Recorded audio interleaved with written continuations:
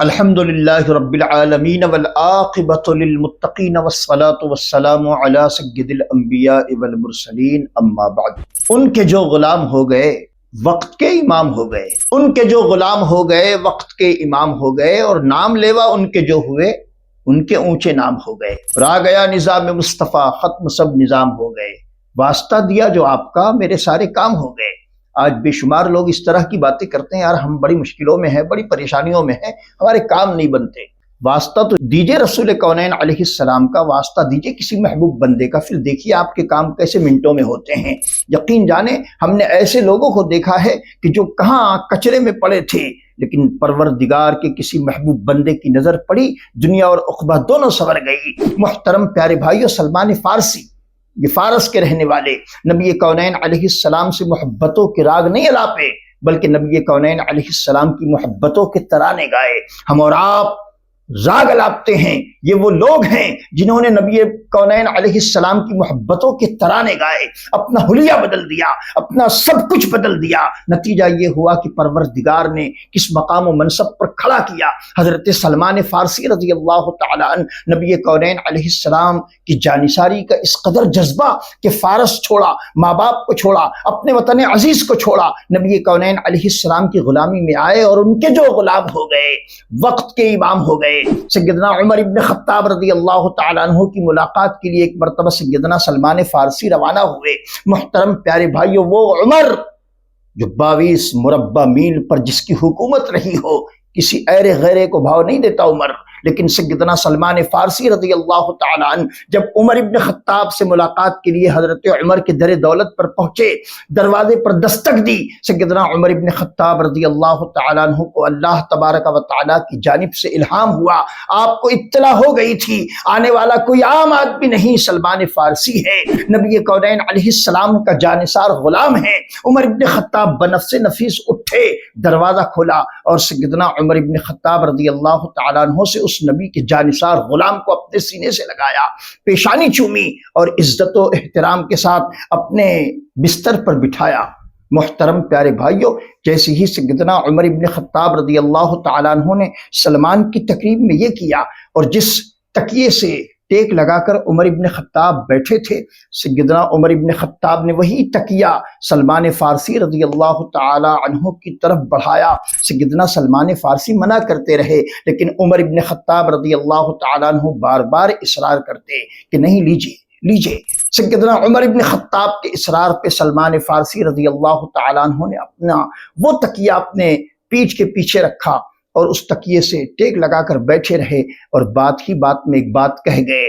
سیدنا عمر ابن خطاب رضی اللہ تعالیٰ عنہ سے کہتے ہیں، اے عمر، یوں ہی نبی کونین علیہ السلام آپ کے قصیدے نہیں پڑھتے تھے، کچھ تو بات تھی تمہارے اندر، جب نبی کونین علیہ السلام نے تم کو دعاؤں میں مانگا، اے عمر کچھ تو بات رہی ہوگی جب نبی کونین علیہ السلام تمہارے لیے دعائیں کرتے تھے۔ محترم پیارے بھائیو، سیدنا سلمان فارسی رضی اللہ تعالیٰ عنہ نے جب یہ بات کہی تو عمر ابن خطاب کہتے ہیں، اے سلمان، وہ بات تو بتاؤ جو نبی کونین علیہ السلام نے تم نے میرے متعلق سنی ہے۔ سیدنا سلمان فارسی رضی اللہ تعالیٰ عنہ بار بار اٹکھیلیاں کرتے رہے، لیکن سیدنا عمر ابن خطاب رضی اللہ تعالیٰ عنہ عرض کرتے ہیں، اے سلمان، وہ بات تو بتاؤ تم جو مجھے ادھوری بتا کر آگے بڑھنا چاہتے ہو، وہ بات مکمل کرو۔ سیدنا سلمان فارسی مزہ لے رہے ہیں۔ عمر ابن خطاب رضی اللہ تعالیٰ عنہ کہتے ہیں، اے سلمان، وہ بات بتاؤ جو تم ادھوری چھوڑ کر آگے بڑھ گئے۔ سیدنا سلمان فارسی رضی اللہ تعالیٰ عنہ بار بار حضرت عمر ابن خطاب رضی اللہ تعالیٰ عنہ سے یوں ہی چپکلش کر رہے ہیں۔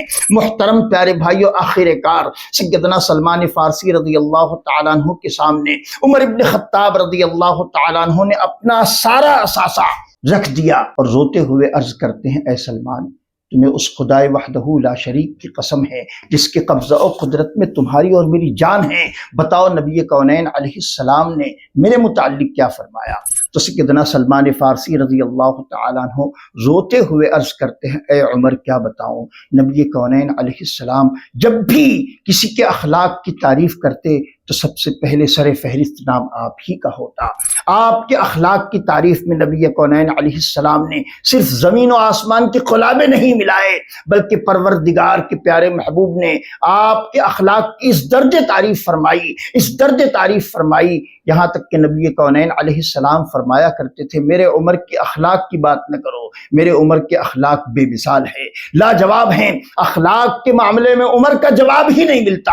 محترم پیارے بھائیوں، سیدنا عمر ابن خطاب رضی اللہ تعالی عنہ سلمان فارسی سے یہ بات سن کر بڑے خوش ہوئے۔ اس کے بعد حضرت سیدنا عمر ابن خطاب رضی اللہ تعالیٰ عنہ نے ضیافت کا انتظام کیا اور سلمان فارسی کی بہت بہتر انداز میں ضیافت فرمائی۔ محترم پیارے بھائیوں، کہنے کا مقصد و مدعا صرف اور صرف یہ ہے، یہ دونوں اشخاص کو جو شان اور شوکت ملی وہ کسی اور کے در کی غلامی پر نہیں بلکہ نبی کونین علیہ السلام کی غلامی کی وجہ سے ملی۔ کسی نے سچ کہا، اس قدر عشق و محبت میں ڈوب کر کہا، غلامی غیر کی کرنا مظفر غیر ممکن ہے، غلامی غیر کی کرنا مظفر غیر ممکن ہے، اور شہنشاہی کریں گے ہم غلام مصطفیٰ بن کر۔ انہوں نے اپنے آپ کو نبی کا غلام بنایا، زمانہ آج ان کا غلام بننے کو تیار ہے۔ آج ہمارا بیٹا ہماری بات سننے کو تیار نہیں، کچھ تو وجہ ہے میرے پیارے بھائی۔ آخر لوگ اپنے نام، اپنے بچوں کے نام عمر کے نام پہ کیوں رکھتے ہیں؟ لوگ اپنے بچوں کے نام سلمان فارسی کے نام پر کیوں رکھتے ہیں؟ معاف کیجیے گا، سلمان ایک ہیرو ہے، اس وجہ سے نام نہیں رکھا جاتا بچے کا۔ اگر باپ سے عقیدت پوچھی جائے تو باپ یہی کہتا ہے نبی کونین کے پیارے صحابی سلمان فارسی ہیں، میں اپنے بچے کا نام اس مناسبت سے سلمان رکھتا ہوں۔ محترم پیارے بھائیوں، لوگ اپنے بچوں کا نام عمر یوں ہی نہیں رکھتے کہ عمر ایک جانباز تھے، جی نہیں، عمر نبی کونین کے در کے غلام تھے، اس لیے لوگ اپنے بچوں کا نام عمر رکھتے ہیں۔